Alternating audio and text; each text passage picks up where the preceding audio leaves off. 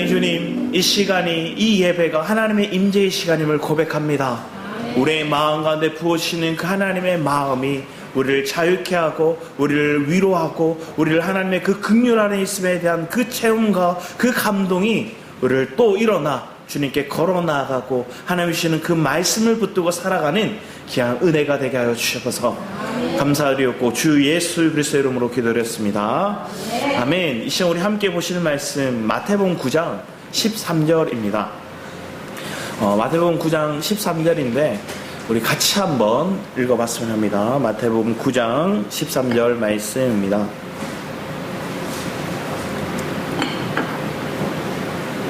같이 읽겠습니다. 시작. 너희는 내가 긍휼을 원하고 제사를 원하지 아니하노라 하신 듯이 무엇인지 배우라. 나는 의인을 부르러 온 것이 아니요 죄인을 부르러 왔노라 하시니라. 아멘. 주님은 우리에게 긍휼을 원한대요.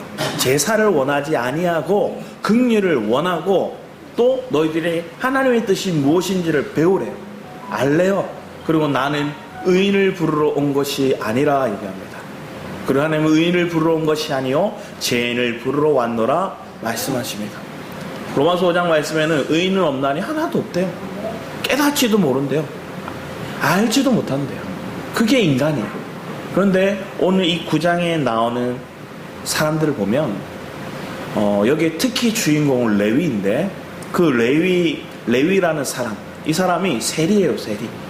이 시대의 세리는 어떤 사람이냐면 증인으로 설 수 없어요. 왜? 거짓이 난무한 사람이기 때문에. 국가에서 로마에서 인정한 도둑놈들 이렇게 생각했던 거예요. 그리고 이 세리가 뭔가 후원을 하고 뭔가 다른 사람 도우려고 하잖아요. 안 받아요. 부정한 돈이라고 생각이기 때문에. 세리는 실제적으로 그들은 이 로마의 세금을 바치는 일들을 도맡아 했지만 한편에 그들은 뭘 했을까요? 자기의 실리, 자기 이득을 위해서 더 많은 세금을 걷어들였어요. 그러다 보니까 이 유대인들 눈에는 가증한 인간들이 있고 도둑놈들이었고 상종하지 못할 그런 인간들이었던 거예요. 그런데 오늘 주님은 이 레위라고 하는 이 세리의 집에서 잔치가 일어나요. 레위라는 사람, 이 레위라는 사람, 오늘 이 말씀에는 마테라 얘기하거든요. 레위의 이름의 뜻은 원래 연합된 자 이런 뜻이에요. 누가 이 이름을 맨 처음 고백했을까요? 야곱의 첫 번째 아내 레아가 첫째 아들 낳고 둘째 아들 낳고 남편이 자기를 안 봐줘요. 라헬만 사랑해요.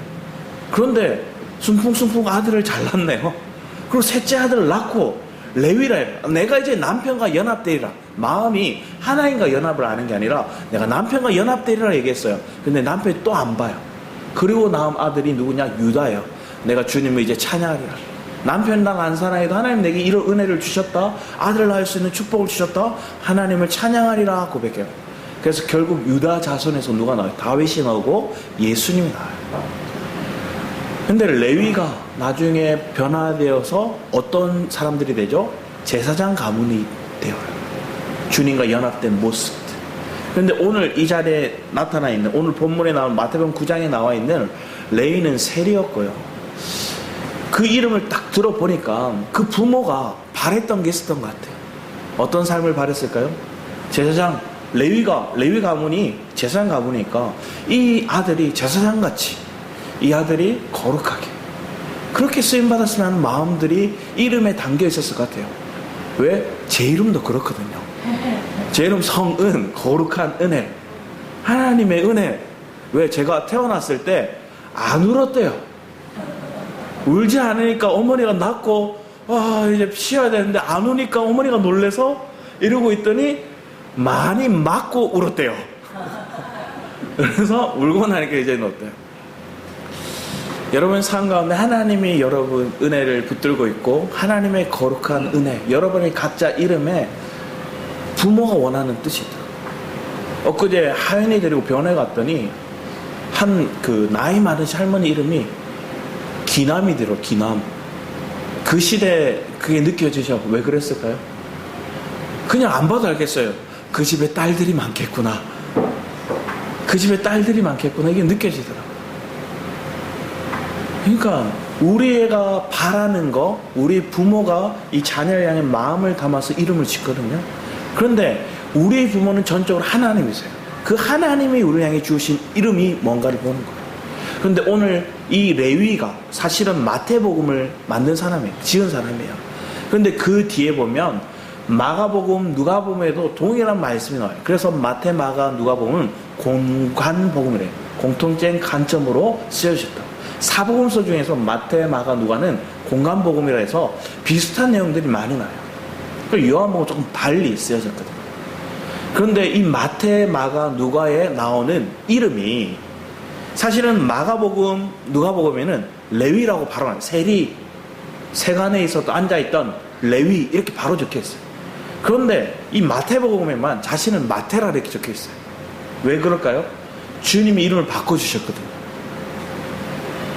과거의 레위, 그가 어디에 연합된 사람이었을까요? 세상에, 돈에, 로마의 정권에 그들과 짝짝꿍 되었던 그 삶이었어요.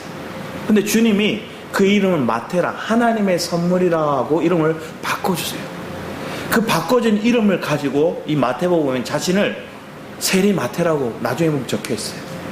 자신이 마태라는 거, 변화된 이름이 있다는 걸 그거 고백하는 거예요.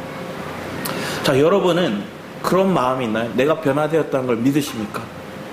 여러분의 인생이 하나님 예수 그리스도를 믿고 이 복음이 나를 변화시켰다는 그 경험들이, 그 깨달음이 그 여러분 삶 가운데 있냐는 거예요.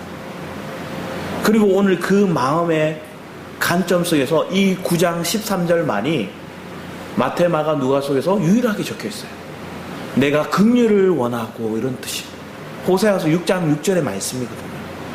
내가 인애를 원하고 제사를 원치 않는다.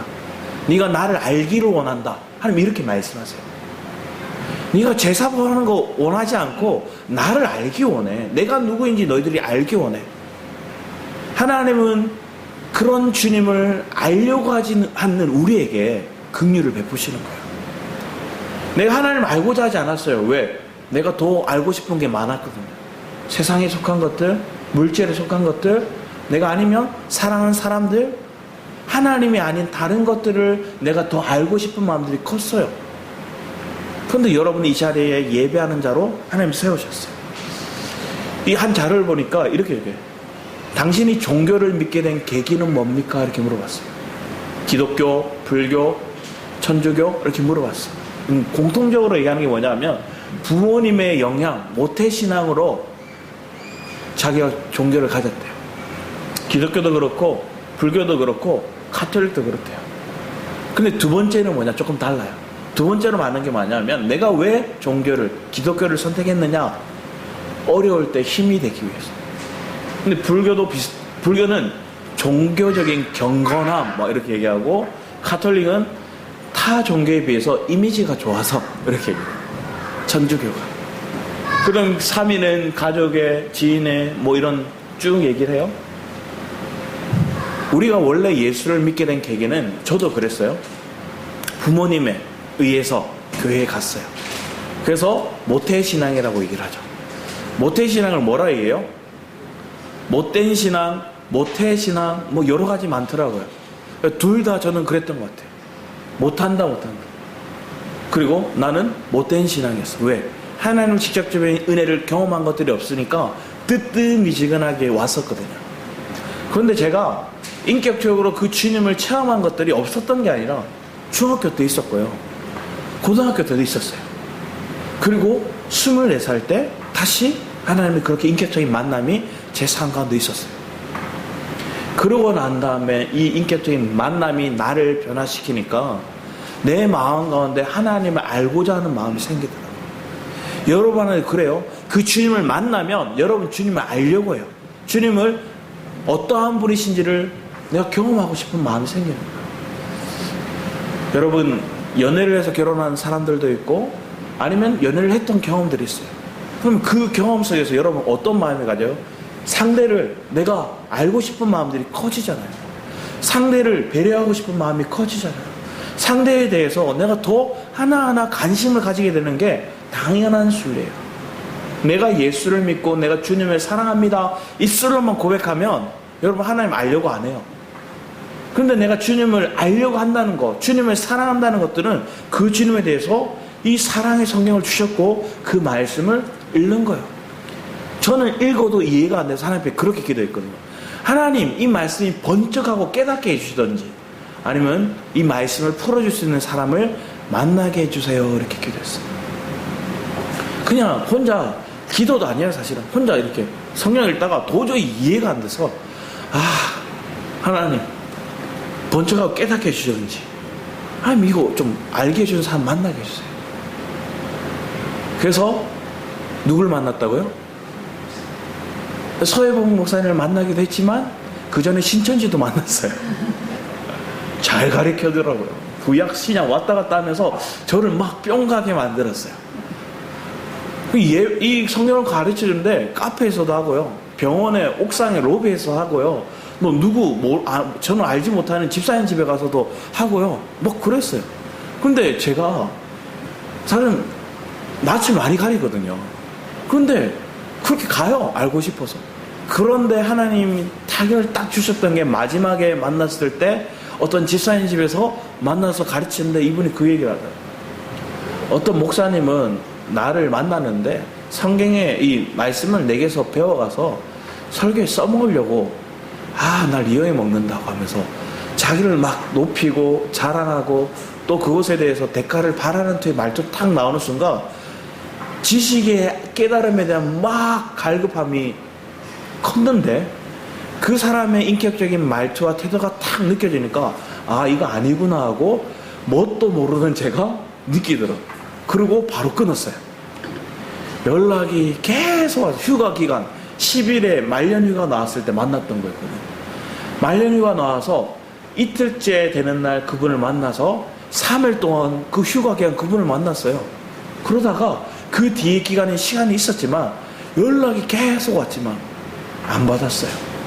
그리고 나중에 시간이 지나서 그렇게 하는 게 신천지라는 걸 알게 됐어요. 그리고 더 놀라운 건 그때 이미 저는 소 목사님의 교회를 갔어요. 휴가 나와서 이 자리에 앉아 있었어요. 앉아 있었는데 그 귀한 말씀이 안 들려왔어요. 왜 안 들려왔을까요? 여자친구가 같이 앉아 있었거든요. 그러니까 말씀은 안 들려와요. 누구만 신경 써요? 여자친구만 신경 써요. 그리고 빨리 나가서 뭘 생각해요? 데이트할 것만 생각해요. 이 말씀 끝나면 빨리 나가요. 이 예배 끝나면 빨리 나가야지. 그런데 내가 하나님을 알고 경험하고 그 주님을 가까이 하면 주님이 내 애인이고 주님이 내 신랑이에요. 그러니까 그분이 내 배우자니까 그분을 더 가까이 하고 그 주님과 함께 하는 게 너무 기쁜 거예요. 그래서 그 주님을 알고 싶은 마음이 커져요. 우리 누가복음 5장 28절 말씀, 29절 말씀을 보면 이렇게 적혔어요. 동일한 구절인데 같이 한번 읽어보겠습니다. 시작. 저가 모든 것을 버리고 일어나 쫓으니라. 레위가 예수를 위하여 자기 집에서 큰 잔치를 하니 세리와 다른 사람이 많이 함께 앉았는지라. 자, 여기서 이 레위, 이 마태라는 사람이 주님이 나를 따르라 얘기했어요. 날 따라와 얘기했어요. 그랬더니 사실은 많은 제자들이 그렇게 주님을 따랐어요. 그런데 그 제자들 중에서도 제일 가진 게 많은 사람 중에 한 사람이 이 마태예요. 자기 지위도 보장된 자리예요. 직장. 그리고 가지고 있는 물질은 많았어요. 근데 그걸 다 버리고 3년 반 동안 이제 뭐 하는 거예요? 그냥 예수님 따라서 이 지역을 다 돌아다니는 거예요. 근데 그가 그걸 바로 즉각적으로 쫓았대요. 그리고 그것이 너무 기뻐서 자기 인생에 너무나 큰 기쁨이요 즐거움이 되어서 뭘 했대요? 예수님을 위하여 잔치를 하는데, 큰 잔치를 하는데 누굴 위하여? 예수님을 위하여 잔치를 벌리는 거예요. 오늘 이 시간이 예수님을 위하여 큰 잔치를 벌리는 시간 되기를 축복합니다. 여러분 반찬 하나씩 준비해 주신 분들 있잖아요. 저는 너무 감사드려요. 아침에 일어나서 그거 준비하고 아니면 전날 준비하는 거 사실은 안 먹고 그냥 가도 더 맛있는 거 할 수 있어요. 그 반찬 준비하는 거 가지고. 그런데 여러분들 같이 누리고 나누기 위해서 준비해 오신 분들도 있고 또 기꺼이 그것을 하는 것들이 감사한 마음으로 하는 거예요. 왜 그럴까요? 이 시간이 잔치 자리임을 아니까. 또 잔치 자리를 아는 사람은 뭐 할까요? 기쁨으로 그걸 먹어요. 근데 기쁨으로 먹는데 누구는 참석 안 해요? 바리새인, 서기관, 이 사람들 안 와요. 왜? 먹기 싫어요. 거기에 앉아있는 사람들을 꼬라지를 보니까 저 죄인들, 저 세리, 저 끔찍한 인간들만 저기 있다. 내가 봤을 때 내 기준에서는 율법적인 사람들이, 아니면 은사적인 사람들이, 아니면 자기 잘난 맛에 사는 사람들이 그렇게 있는 거예요. 누가 판단했어요? 내가. 과거에는 바리새인들이 저 죄인들 그리고 저 세리들을 판단했다면, 오늘 내가 이 자리에 앉아 예배하고 밥 먹고 찬치하고 있는 사람들이 그렇게 내가 인간적으로 생각하는 거예요. 저 사람들 마음에 미움이 가득한 사람들이야. 저 사람들 판단이 가득한 사람들이야. 저 사람들 죄 많은 사람들이야. 내가 결정해놓고 안 섞이려고 그래요. 그럼 여러분 이 자리에 모여서 함께 예배드리고 함께 식탁 교제를 하고 나눌 수 있는 건 뭐예요? 저 사람을 죄인으로 보는 게 아니라 함께 이 만찬에 하나님의 이 큰 잔치에 초대를 받는 사람으로 인정하는 사람이에요. 그러니까 서로가 기쁜 거예요. 서로가 즐거운 거예요. 서로가 그러니까 마음을 나누는 거예요. 그런 은혜가 우리의 교회 가운데, 여러분 삶 가운데 있기를 축복합니다. 그러면 여러분들 마음에 불편한 게 사라져요. 부담스러운 것도 사라져요. 영적으로 저 사람을 상종하기가 꺼려지는 사람도 없어져요. 왜? 주 안에서 우리는 다 죄인이었거든요. 이 자리에 한 먼저 얘기하는 거예요. 본문 말씀을 보면 이렇게 적혀 있어요. 10절에 예수께서 마태의 집에서 앉아 음식을 잡수실 때, 누가복음은 큰 잔치를 마태가 준비했다 얘기했고, 이 마태복음과 마가복음은 그냥 잡수심에 적혀 있어요. 먹고 누린다는 거예요. 잡수심에 많은 세리와 죄인들이 와서 예수와 그의 제자들과 함께 앉았더니, 그 죄인과 세리들은 함께 주님과 앉아 있어요. 식탁에 음식을 먹고 있어요. 그런데 누구는 안 앉아 있어요. 11절에 바리새인들이 보고 그의 제자들에게 이르되, 어찌하여 너희 선생은 세리와 죄인들과 함께 잡수시느냐? 주님은 저 세리, 저 죄인들을 왜 같이 드시는 거예요? 그들을 돌이키려고, 그들을 회복시키려고, 그들을 해결시키려고. 그들과 함께 마음을 나누고 음식을 먹으면서 그들의 삶 가운데 있는 그들을 회복시킬 수 있도록 주님 함께 하시는 거예요. 그런데 바리새인은 기준에 저들은 죄인이라 낙인 찍고 딱 잘라서 그들과 상종 안 하는 거예요. 여러분 혹시나 신앙생활 하다 그렇게 느꼈던 사람 없었나요? 저는 있었어요. 여러분 없으셨나요? 뭐 오늘도 저만 나쁜 놈이 됐죠 뭐. 저는 있었거든요. 저는 저 사람이 막 미운 거예요. 저 사람이 함께 하는 게 싫었어요. 왜? 자기 잘난 맛에 사는 사람이었거든요. 그리고 자기밖에 모르는 사람이었어요. 그거 뭔가 하면 많은 얘기를 하지만 실제적으로 그들은 뭐 하느냐? 손은 까딱 안 해요. 말만 하는 사람, 행동을 안 하는 사람, 지시형인가? 그러면 그 사람과 나만 그렇게 느꼈느냐? 다른 사람도 그렇게 느끼더라고요. 다른 사람도 그렇게 느끼니까 그 사람을 어떻게 할까요? 은근히 배척해요. 은근히 그 사람을 대화에 섞이려고 하네요. 그리고 그 사람이 뭔가 얘기하면 뭘 할까요? 딴지를 걸어요. 이게 보이시더라고요. 그러면서 하나님 제 마음 가운데 주시는 마음이, 네가 청년부 회장인데, 네가 리더인데 저 사람은 그냥 배척할 거야? 네가 리더면서 중립을 안 지키고 내 말 잘 듣는 사람, 내 편에 있는 사람, 내 말 잘 따라오는 사람만 이렇게 먹고, 내 말 안 따르는 사람은 너 끊어, 당신 말 안 들어. 내 안에 이게 있더라고요. 그러니까 어떻게 될까요? 청년부가 이렇게 나눠지더라고요. 서로 마음 맞는 사람끼리 이렇게 당짓듯이 나눠지더라고요. 교환의 큰 문제가 그거예요. 자기 입맛에 맞는 사람들끼리 모여요. 그러면 그 교회는 하나님의 얘기하는 연합을 이루지 못한 거예요. 뭐가 불리하게 됐을까요? 자기 개인적인 생각 안에서 자기 편리대로 연합을 이룬 거예요. 그러니까 그게 자기들은 연합이라 얘기하지만 방 짓는 건지 몰라요. 우리 안에 이것들을 깨트려야 돼요. 왜 그럴까요? 내가 이론이 높아져서 그래요. 내가 하나님을 안다 생각해서 그래요. 내가 신앙생활 잘한다 생각하니까, 내가 하나님에 대해서 조금 더 낫다 생각하니까 그렇게 행동하는 거예요. 근데 우리는 이 모든 게 깨트려져야 되는 게 뭐냐? 내가 죄인임을 인식하는 거. 그래서 주님은 이렇게 얘기를 해요.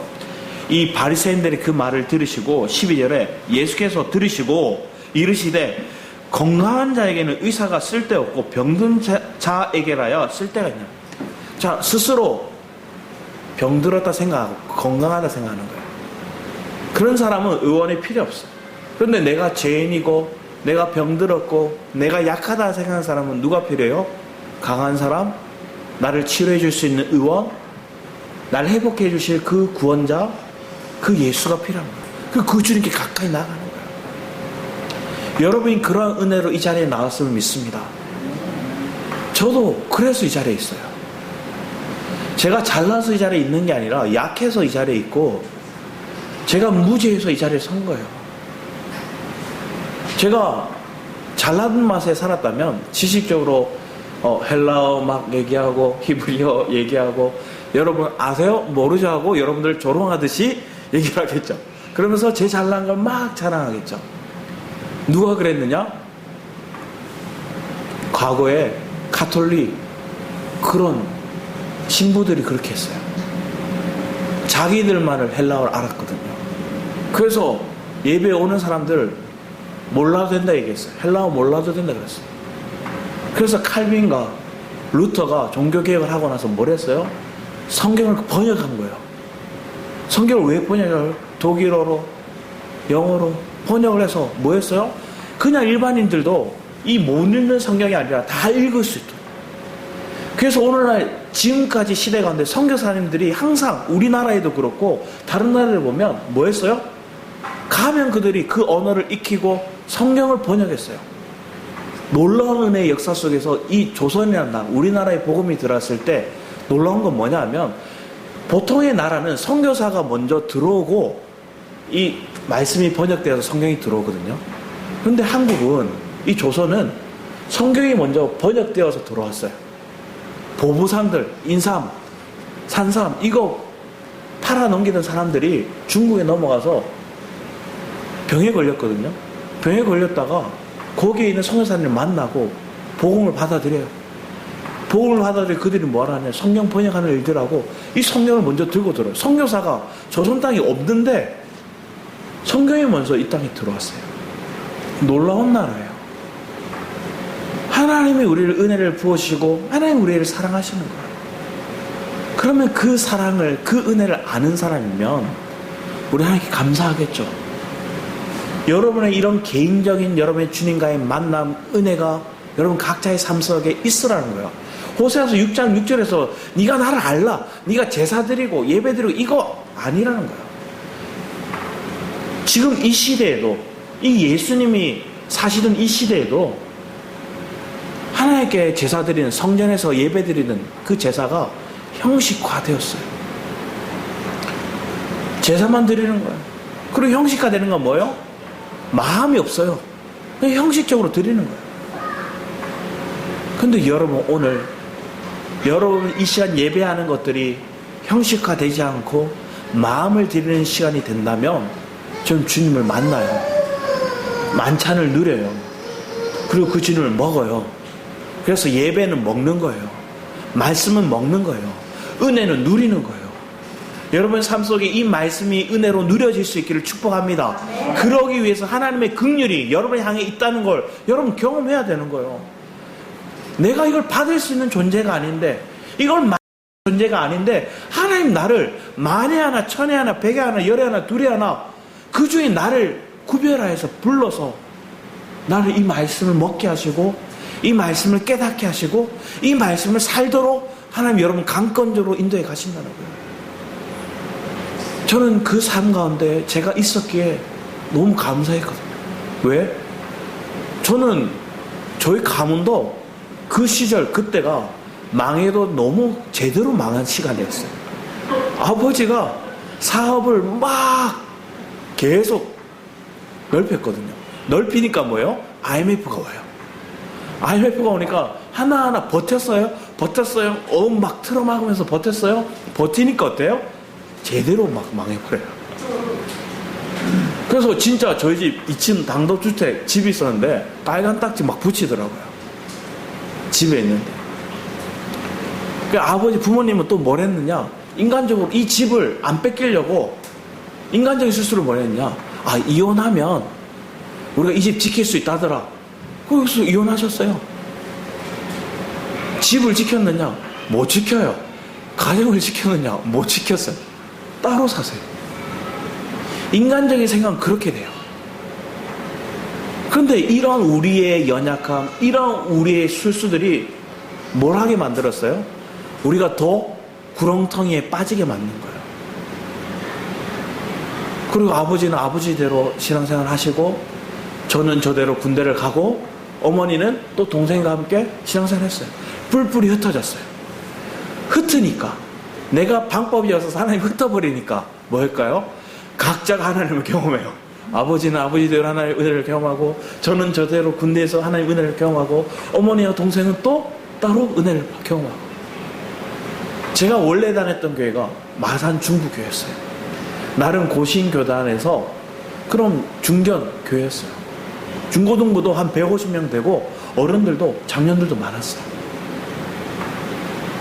군대 휴가 나와서 제가 갈 곳이 없으니까 그 교회를 갔어요. 부모님도 없고 동생도 없고 저만 거기 있었어요. 저는 마음 가운데 친구들이 있으니까 갔어요. 계속 앉아 있었어요. 은혜가 됐을까요? 안 들었어요. 왜 그럴까요? 그때 아버지가 사업하신다고 같이 이렇게 연합으로 이렇게 보증 서주면서 그걸 교인들과 한 거예요. 그러니까 저한테 소식을 물으시다. 아버지는 잘 계시냐? 왜 물으실까요? 그것 때문에 묻는 거예요. 진짜 묻고 싶었어요. 제가 그런 압박이 있음에도 꿋꿋하게 다녔어요. 제대를 하고도 꿋꿋하게 다녔어요. 제대를 하고도 제 마음이 바뀌어서 열심히 거기에 봉사했어요. 주일학교 봉사했어요. 그러니까 더 이상 안 물으시더라고요. 그러고 난 다음에 거기서 신앙생활 열심히 제가 사람들 그렇게 얘기했어요. 제가 군대 갔다 오더니 변화됐다. 그 변화되니까 제가 저를 그 다음에 청년부 회장시키려고 하더라고요. 근데 저는 어떻게 하고 있었냐면 2004년도였거든요. 여기에 그러니까 지금 그 본교회 내가 다니고 있던 원래 어릴 때부터 6살부터 24살까지 다녔던 그 교회를 다니고 있으면서 평일에는 서혜범 목사님 말씀 들었어요. 월요일 빼고 하, 수, 목, 금 말씀 듣고 토요일은 여기 청년부 모임 있다 그래서 와서 기도해야 하고 나눔하고 그랬어요. 그리고 수요일 같은 경우에는 본교회 가서 예배 드렸고 금요일 같은 경우에는 여기서 예배 드리고 철야 예배들을 갔어요. 장로인 권사님들이 너무 놀랍게 보시는 거예요. 왜? 젊은 애가 그렇게 오니까, 저 집이 망했는데 제가 저렇게 오니까, 부모는 안 오는데 쟤만 저렇게 오니까 신기하게 생각합니다. 근데 저는 거기 와서 예배 드리고 하나님 은혜 마음을 기도했어요. 그런데 딱 11월 달쯤 돼서 하나님 마음을 주시는 거예요. 11월 달 딱 전에 뭘 하느냐, 저희 그 12월 딱 초에 회장석을 하거든요. 근데 11월 달부터 마음 가운데 하나님 계속 주셨던 게, 네가 은혜 받은 곳에서 섬겨라, 이 마음을 주시는 거예요. 그래서 제 마음에 결정을 했어요. 내가 은혜 받는 곳에서 섬겨야 되겠구나. 그러고 나서 12월 달, 그러니까 12월 달까지는 그 교회를 다니다가 1월 1일 송구영신 예배부터 제가 이렇게 교회를 옮겼거든요. 근데 놀라운 건 송구영신 예배를 드리면서 찬양 인도를 했어요. 등록과 동시에 찬양 인도를 했어요. 목사님한테 말씀해요. 제가 옮기고 또 그 과정 속에서 신앙을 해야 되는 마음을 주셨기 때문에. 그래서 신기하게 저는 교회 등록과 동시에 봉사를 했고요. 등록과 동시에 하나님이 그렇게 훈련해 가시더라고요. 여러분은 마음 가운데 하나님 주신 은혜, 하나님 주신 감동이 있으면 여러분이 그 말씀을 여러분이 이끌어 가세요. 이끌어 가면서 여러분이 있어야 될 곳에 있게 하시는 거예요. 제가 여러분이 뭘 얘기하고 싶었냐면, 여러분 계획대로 여러분 인생이 되었다면 이 자리에 계실 분들이 한 분도 없을 거예요. 저도 그렇거든요. 내 계획대로 살았으면 저는 이 자리에 없을 것 같아요. 왜? 아버지 사업이 잘 되고 잘 나가고 이랬으면 저는 마음에 20살 때부터 뚜껑 열리는 차를 타고 싶었어요. 뚜껑 열린 차를 타고 이렇게 저 해운대 바닷가를 쫙 다니면서 서울 수도권은 올 생각이 없어요. 왜? 마산, 부산 좋았거든요. 따뜻한 남쪽 나라에 살았을 거예요. 그런데 하나님이 저를 이렇게 올라오더라고요. 올라오게 하시더라고요. 올라오게 왔더니 몇 달 지나서 뭐 왔어요? 코로나가 왔어요. 제가 언제 왔냐면, 저는 정확하게 이사를 한 것들이 저희가 7월 달이었어요. 8월이었나요? 8월 달에 와서 전사분들 같이 이 자리에 왔어요. 와서 이사를 하고 등록하고 왔더니 몇 달 안 돼서 성도들과 별로 친해지지도 않았는데 코로나가 오고 대면 예배가 없어지고 막 이런 식으로 바뀌더라고요. 그리고 목사님이 저기 단독으로 하나씩 직을 맡겼는데 버거웠어요. 그래서 하나님 앞에 제가 기도했어요. 하나님, 마흔이 되기 전까지는 제가 이 자리에 담임 목회를 하지 않기를 바랍니다. 마흔이 되기 전까지는 절대 안 됩니다. 하나님 막 이렇게 기도했어요. 부끄럽죠. 올라왔음에도 그런 마음이 있었어요. 감당이 안 되더라고요. 제가 뭘 얘기하고 싶냐면, 이렇게 저도 연약해요. 부족해요. 우리 사사기 말씀 볼까요? 사사기 6장 말씀을 봤으면, 사사기 6장 말씀에 누가 나오냐면 기드온이라는 사람이 나와요. 기드온이라는 사람을 한번 봤으면 합니다. 6장에 11절, 12절 말씀을 같이 한번 읽었으면 합니다. 사사기 6장 11절, 12절 말씀입니다. 제가 못 찾았어요. 나중에 하나님 주신 감동이 있어서 지금 주신 말씀이랑, 사사기 6장 11, 12절 같이 한번 읽어보겠습니다. 시작. 여호와의 사자가 아비에셀 사람 요아스에게 속한 오브라에 이르러 상수리 나무 아래에 앉으니라. 마침 요아스의 아들 기드온이 미디안 사람에게 알리지 아니하려 하여 밀을 포도주 틀에서 타작하더니 여호와의 사자가 기드온에게 나타나 이르되 큰 용사여 여호와께서 너와 함께 계시도다 하며. 자, 기드온이 지금 뭘 하고 있냐면, 이스라엘에 타작만 하면 그 연기가 막 올라가면 저기 미디안, 아말렉, 저 동방의 사람들이 그거 보고 말 타고 군대를 끌고 와서 그걸 다 뺏어가요. 먹을 게 없어요. 계속 그들이 미디안, 특히나 미디안 사람들이 그들 걸 다 뺏어가는 거예요. 조금 곡식을 수확했어요. 그런데 이걸 타작해야 돼요. 그런데 이 타작을 그냥 마당에서 못 하는 거예요. 왜? 타작하다가 이 연기가 올라가면 뭐 할까요? 또 뺏길 것 같아요. 포도주 틀 안에 숨어가지고 그 안에서 타작은 자기 먹고 살려고. 이게 뭐예요? 인간적으로 보면 찌질한 모습이에요. 미디안이 무서워서, 아말렉이 무서워서 내 먹고 살기, 내 형편을 위해서 내가 배고파서 그 포도주 틀에 들어가가지고 몰래 숨어 이거 하고 있는 거예요. 그런데 하나의 주의 사자가 와서 뭐라 얘기해요? 큰 용사요. 지금 내가 하고 있는 태도와 모습과 이 주의 사자가 와서 말하는 거와 너무 정반대의 말을 하는 거예요. 여러분 삶 가운데 내가 죄인이고 내가 약하고 내가 부족한데 주님이 여러분에게 얘기합니다. 내 자녀요, 내 사랑하는 자요, 나의 통로요, 내가 너를 통해서 하나님 귀한 일을 하겠다. 하나님 말씀하시는 거예요. 그랬더니 우리는 뭐예요? 에이, 아닙니다, 아닙니다. 제 꼬라지를 보세요. 지금 제 상황을 좀 보세요. 저 미디안 환경 보세요. 지금 하는 이 나라 하나님 믿는다 했지만 하나님 안 지켜주셔서 지금 내가 이렇게 비참하게 이러고 살고 있는데 하나님 나보고 용사라고요.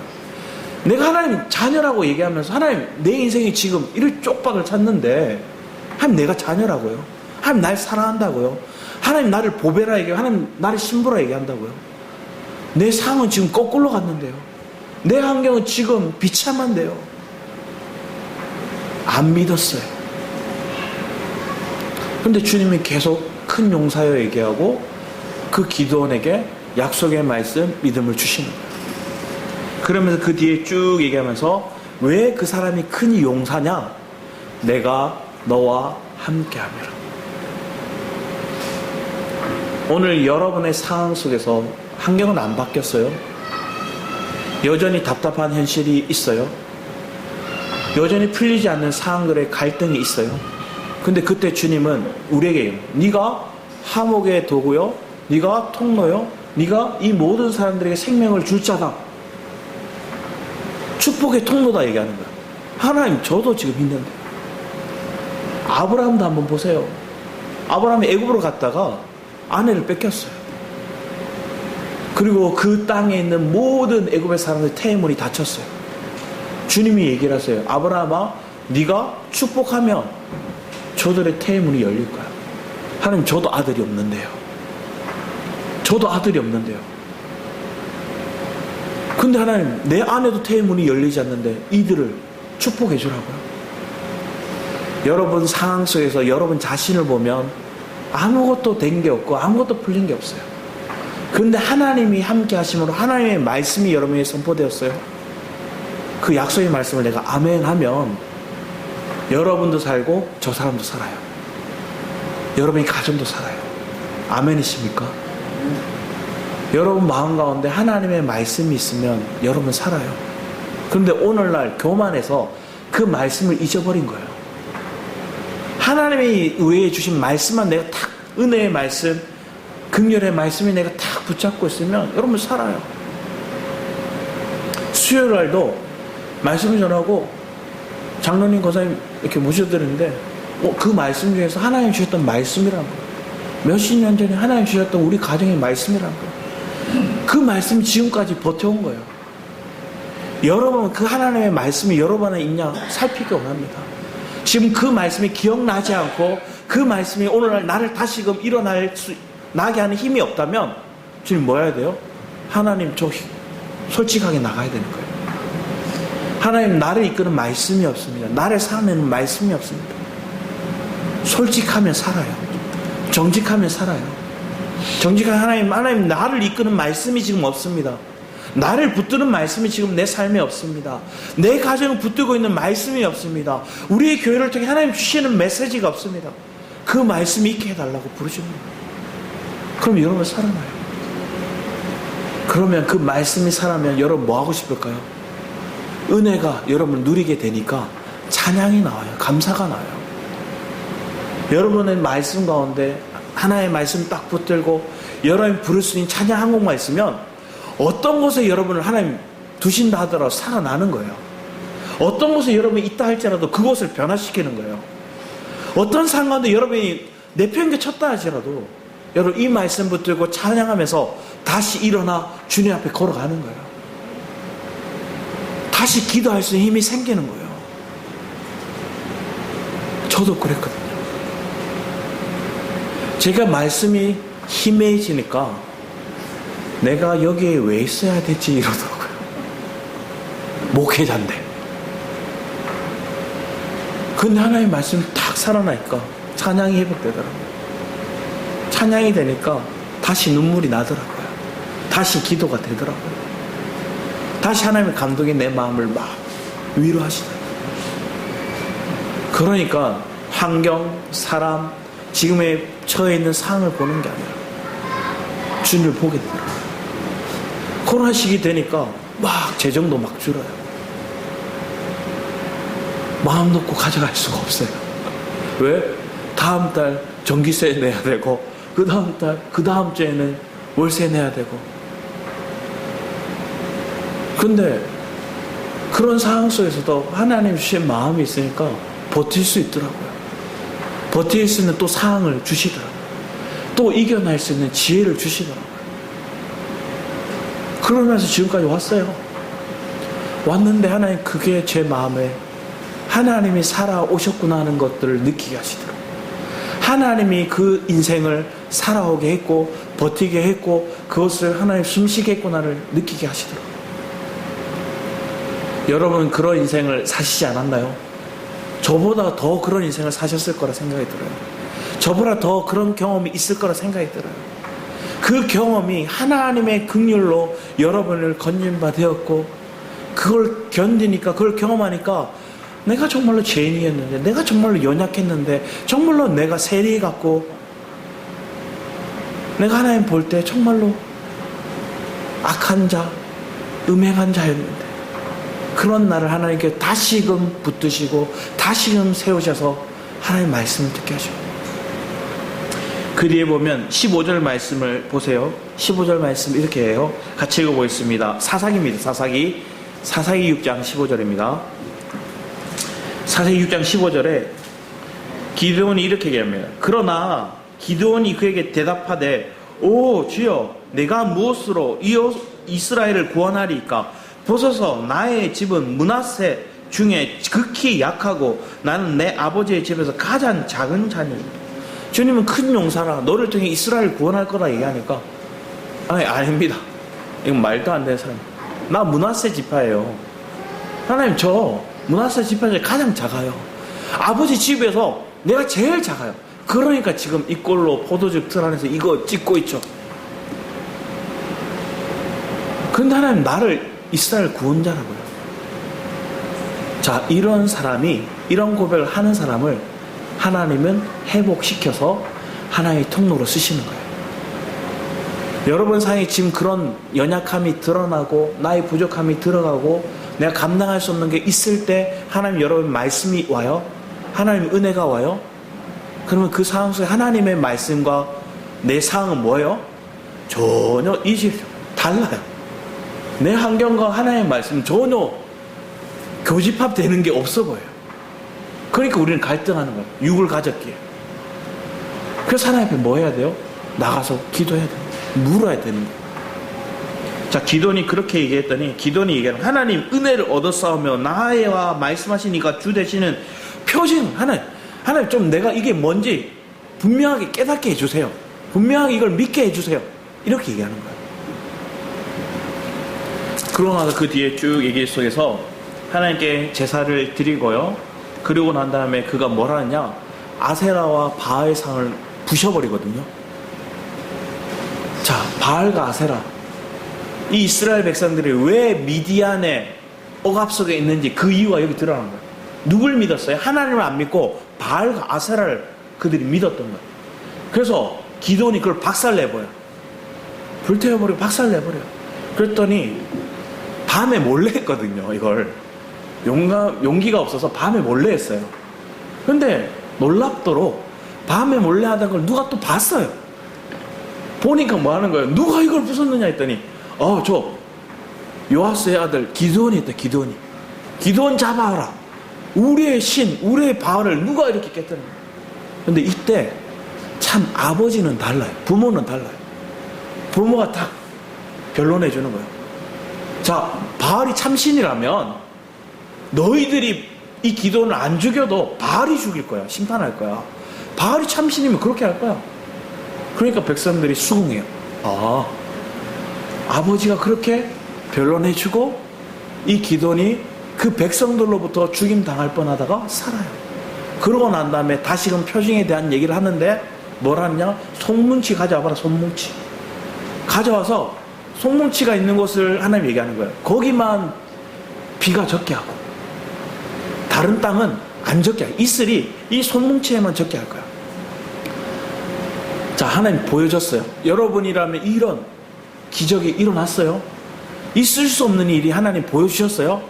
그럼 여러분은 한 번에 아멘하고 순종하실 거죠? 엘베델은 그럴 줄 믿습니다. 할렐루야. 그런데 이 기드온은 연약한 자예요. 약해요, 마음이. 그래서 37절 말씀을 보면 이렇게 적혀있어요. 보소서, 내가 양털 한 뭉치를 타작마당에 두리니 만일 이슬이 양털에만 있고 주변 땅은 마르면 주께서 이미 말씀하신 같이 내 손으로 이스라엘을 구원하실 줄 내가 알겠나이다. 자, 하나님 그렇게 하셨어요. 했는데 다시 39절 말씀에 보면 기돈이 또 하나님께 여쭈되, 주여 내게 노하지 마옵소서. 내가 이번만 말하리이다. 구원하옵나니 내게 이번만 양털로 시험하게 하소서. 원하건대 양털만 마르고 그 주변 땅에는 다 이슬이 있게 하옵소서 하였더니, 반대로 했어요. 또 질문하는 거예요. 그랬더니 그 밤에 하나님이 그대로 행하시니 곧 양털만 마르고 그 주변 땅에는 다 이슬이 있었더라. 자, 여기서 우리가 중요한 건 자기가 잘난 사람, 자기가 이해력도 빠르고 자기가 뭔가 잘났다 생각하는 사람들은 하나님 얘기하면 어떻게 생각할까? 그렇죠, 하나님, 저밖에 없죠. 저밖에 이 나라에 똘똘한 사람이 없습니다. 우리의 가정에, 우리의 교회에 나만큼 뛰어난 사람이 없습니다. 이런 사람들이 있는가 하면 하나님 정말로 쓰신 자는 어떤 사람이에요? 하나님, 한 번 더 여쭤볼게요. 뭐예요? 자기가 연약하면 아는 거예요. 자기가 무지함을 아는 거예요. 자기가 확신이 안 드니까 뭐 하는 거예요? 솔직하게 하나님 앞에 묻는 거예요. 솔직하면 하나님 또 보여주세요. 그리고 그에게 확고한 믿음을 주시는 거예요. 여러분 안에 이런 하나님 앞에 부르짖는 기도가 있기 바랍니다. 내가 안 믿어지면 하나님 믿게 해달라고 기도하세요. 어떤 사람은 아내 때문에 교회 왔어요. 가정의 평화를 위해서. 그런데 그분이 장로가 됐는데도, 오랜 시간 교회를 다녔는데도, 장로가 됐는데도 목사님 찾아가서 얘기합니다. 근데 솔직히 목사님, 저 예수가 정말로 죽었다 살아났을 안 믿어집니다. 이 목사님은 깜짝 놀랐어요. 그리고 그 목사님과 함께, 그 장로님과 함께 기도하는, 하나님, 이 장로님의 솔직한 고백을 아버지님 들으시고 이 종의 마음 가운데서 하나님의 정말로 주라는 것들, 그분이 정말로 나를 위해 죽으시고 부활하셨다는 걸 믿어주시는 은혜가 하나님 허락해달라. 이 장로님이 솔직하니까 그분이 믿었을까요? 안 믿었을까요? 믿어줬어요. 여러분 인생도 솔직하면 믿어지는 거예요. 내 인생 가운데, 여러분 인생 가운데 내가 똘똘하면 내 느낌, 내 생각이 맑다고 생각해요. 어떤 세상에 어떤 분이 남편을 만났는데 남편과 첫 만남에 이렇게 해요. 남편이 너무나 자기한테 이렇게 잘해주더라는 거예요. 잘해주는데 먹을 것도 이렇게 담아서 주는데 손을 부들부들 떨면서 막 이렇게 주는 거예요. 이 남자가 너무 순수해서, 이 남자가 너무나 나를 사랑하며 나를 너무나 사랑하니까 이렇게 아끼면서 부들부들 떨면서 주는 거구나, 순수하구나, 이거에 속아서 몇 번 만나고 그러고 결혼을 했대요. 알고 봤더니 이 남편이 술을 마시는데 술 금단영산으로 손을 떨면서 이걸 줬던 거예요. 그러니까 내가 인간적으로 생각할 때는 이 남편이 너무 순수해 보였는데 알고 봤더니 이 남편이 금단정산에 떨면서 있는 거예요. 내가 똘똘하다 생각하면 잘못된 선택을 할 수 있는 거예요. 내가 선택하는 것들이 옳다고 생각하는 게 다 맞는 게 아니에요. 근데 하나님이 내 마음을 주장하면 하나님께 물어요. 하나님 물어요. 그러면 하나님 바른 선택을 주시는 거예요. 믿게 해주시는 거예요. 여러분, 이렇게 빵 터지실 줄 몰랐습니다. 여러분 상관데 다 경험이 있기에 그렇게 고백할지라 웃을 줄 믿습니다. 우리 하나님 앞에 고백한다면 우리 뒤에 말씀에 오면, 우리 로마서 20장 21절 말씀에 오면 같이 한번 읽어보겠습니다. 시작. 율법이 가입한 것은 범죄를 더하게 하려 함이, 그러나 제가 더한 것에 은혜가 더욱 넘쳤나니 이는 제가 사망 안에서 왕노릇 한 것 같이 은혜도 또한 의로 말미암아 왕노릇하여 우리 주 예수 그리스도로 말미암아 영생에 이르게 하려 함이니라. 은혜가 어디에 더하다고요? 제가 더한 것을. 그러면 그 제가 더한 것을 누가 고백해요? 바리새인 서기관 죄가 없었을까요? 죄가 있었는데 죄를 고백 안 했어요. 나는 죄인입니다 고백 안 한 거예요. 그러니까 하나님의 긍휼이, 하나님의 은혜가 그들을 주장할 수 없는 거예요. 여러분 호세아서 6장 디모데전서 1장 12절 13절 이 바울의 고백을 한번 같이 읽어봤으면 합니다. 같이 읽겠습니다. 시작. 나를 능하게 하신 그리스도 예수 우리 주께 내가 감사함은 나를 충성되이 여겨 내게 직분을 맡기심이니 내가 전에는 해방자요 핍박자요 폭행자라 이었으나 도리어 긍휼을 입은 것은 내가 믿지 아니할 때 알지 못하고 행하였습니다. 바울이 하나님의 직분을 맡겼는데 그런데 이 직분이 맡기 위해 뭐가 필요했어요? 하나님의 긍휼을 입었다는 거예요. 뒤에 말씀도 읽어보겠습니다. 시작. 미쁘다 모든 사람이 받을 만한 이 말이여 그리스도 예수께서 죄인을 구원하시려고 세상에 임하셨다 하였도다. 죄인 중에 내가 개순이라. 그러나 내가 긍휼을 입은 까닭은 예수 그리스도께서 내게 먼저 1절 오래 참으심을 보이사 후에 주를 믿어 영생 얻는 자들에게 본이 되게 하려 하심이라. 하나님의 긍휼 중 가장 큰 긍휼은 뭐냐? 오래 참으심을. 오래 참는 거예요. 여러분 자녀, 부모가 자녀에게 대해서 그렇잖아요. 하지마 몇 번 참았어요. 그러니까 부모가 마음이 여유롭지 않으면 한두 번 참다가 뭐 하는 거예요? 이 자식 이리 와 하는 거예요. 근데 부모가 마음이 풍요로우면 이리 와? 안 들어? 치워라? 안 치워? 내가 치울게. 내가 치우는 거예요. 그러면서 그 자녀가 보고 있다가 와서 또 치워요. 오래 참음은 하나님이 우리를 향한 긍휼의 마음을 보여주신 사랑이에요.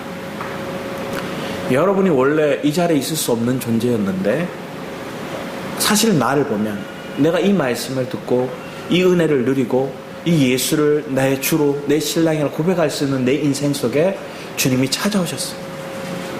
그런데 그런 나를 긍휼히 여겨셨기에 내가 이 자리에 있을 수 있는 거예요. 믿어졌던 거예요. 그런 믿음이 여러분의 삶을 주장하고 그 하나님의 긍휼을 입었고 하나님의 직분이 여러분에게 맡기시는 거예요. 그 말씀이 여러분 안에 있으면 여러분 오늘도 살아낼 수 있고 내일에 대한 염려가 올 때에도 오늘을 살 수 있는 믿음으로 견뎌나가는 거예요. 기드온이 내일 당장 무슨 일이 있을 줄 몰라요. 그런데 오늘 주시는 하나님의 약속의 말씀을 따라 그날 뭐 하는 거예요? 바알가스를 부셨어요. 그랬더니 뭐가 일어나요? 몰래 봤던 사람이, 그걸 봤던 사람이 와서 그를 죽이려고 해요. 그런데 놀랍게도 아버지가 그를 구원해줘요. 아버지의 말이 그들에게 대원해줘요. 그리고 또 하나님 앞에 기도해요. 나중에 미디안과의 전쟁 나아갈 때 32,000명이 모였어요. 하나님이 얘기하시는 거예요. 많다. 그러니까 뭐 하는 거예요? 하나님 약속의 말씀을 믿으니까 갈 사람 가라 했더니 22,000명 가버려요. 여러분이면 어떻게 할 것 같아요? 32,000명일 때도 몇 배나 저 군대가 많아요. 그러면 하나님 앞에 더 주셔야죠. 따질 것 같은데 하나님을 믿는 믿음이 있고 내 약함을 알고 그 주님이 그 약함에 대한 믿음을 주시니까 솔직하게 주님 앞에 구하고 믿음의 확신이 딱 생기니까 그는 하나님이 많다니까 네 하고 순종해요. 22,000명이 가고 10,000명이 남았어요. 근데 주님 또 얘기하는 많다. 내가 특정한 특징을 줄 테니 그 사람들만 뭐하래요? 물을 마셔요? 뭐예요? 허겁지겁 마시는 사람들 가래. 그리고 뭐 하는 거예요? 사주 경계하듯이 개가 짐승이 핥아 먹듯이 그런 먹는 사람 300명은 모아요. 그리고 이 300명을 데리고 무기를 든 것도 아니에요. 그리고 전쟁이 나가는 거예요. 놀라운 하나님의 역사가 기드온에 있었던 그 이유는 그가 약하기 때문에 하나님이 택하신 거예요. 또 그 300명들도 똘똘한 사람들이었으면 이미 갔어요. 왜? 계산이 나오거든요. 미디안 전쟁 치면 우리가 몇 배로 작으니까 우리 질 거야. 내가 죽을 수도 있어. 내가 내 가정을 살펴야죠. 갔어요. 물을 마실 때도 막 허겁지겁 빨리 마시고 빨리 마시고 다른 일을 해야지 생각하던 사람. 계산적인 사람. 그런데 막 사주 경계하면서 느릿느릿 먹는 사람. 두려움이 많고 경계심이 많고 인간적으로 보면 연약한 자예요. 300명의 기도원 정사 막 교회에 붙어 있잖아요. 그 기도원에 300용사를 몹시다 하고 큰 교회들마다 있거든요. 그런데 그 기도원에 300용사가 어떤 사람을 생각해요? 11좀 많이 하고 봉사 많이 하고 그런 사람들 생각합니다. 그게 아니에요. 오늘 우리의 약함을 알고 주님께 우리의 약함을 고백하고 주님의 약속의 말씀을 온전히 붙들 수 있는 은혜가, 그 긍휼을 입었음에 대한 믿음의 확신이, 그리고 그 주님을 알아가고자 하는 갈망이 여러분 안에 넘치는 저와 여러분의 삶이 되기를 축복합니다. 그러면 우리는 다 살아요. 그러면 우리가 주님 하나님 맡기신 것들을 내가 아닌 내 안에서 그리스도가 감당케 하실 거예요. 그런 믿음을 붙들고 나아가는 시간이 되기를 축복합니다. 기도하도록 하겠습니다. 사랑해 주님 감사드립니다. 우리의 삶 속에 지금도 살아 역사하시는 그 주님을 믿습니다. 하나님, 내게 은혜가 있음을 고백합니다. 그 은혜를 누리는 사람은 자신이 죄인인 줄 알고 자신의 연약함을 고백하는 사람입니다. 아버지 하나님, 내 삶에도 나의 연약함을 고백할 줄 알고 그 주님을 우리의 주, 나의 강건적인 능력으로 붙들고 나아가는 은혜가 있게 해주셔서 감사드리고 주 예수 그리스도의 이름으로 기도드렸습니다. 아멘. 우리 내 약함을 아시는 주님께 찬양 함께 고백했으면 합니다. 우리 약함을 고백할 때 그 주님이, 그 아버지가 우리를 붙드실 줄 믿습니다. 내 약함을 아시는 주님께 내 연약함 강구하였더니 나의 상황인 나의 모든 고통을 위로하시며 말씀하시네.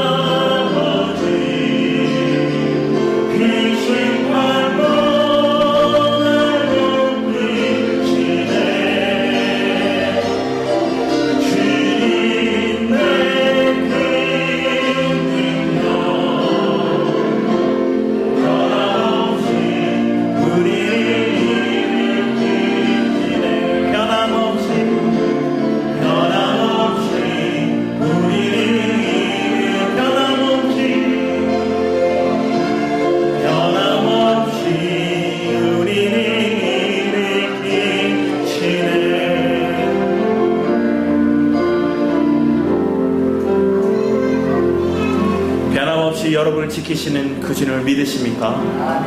우리가 착각하는 게 있어요. 하나님이 날 구원하셨는데 주님이 나를 안 쓰실 거예요?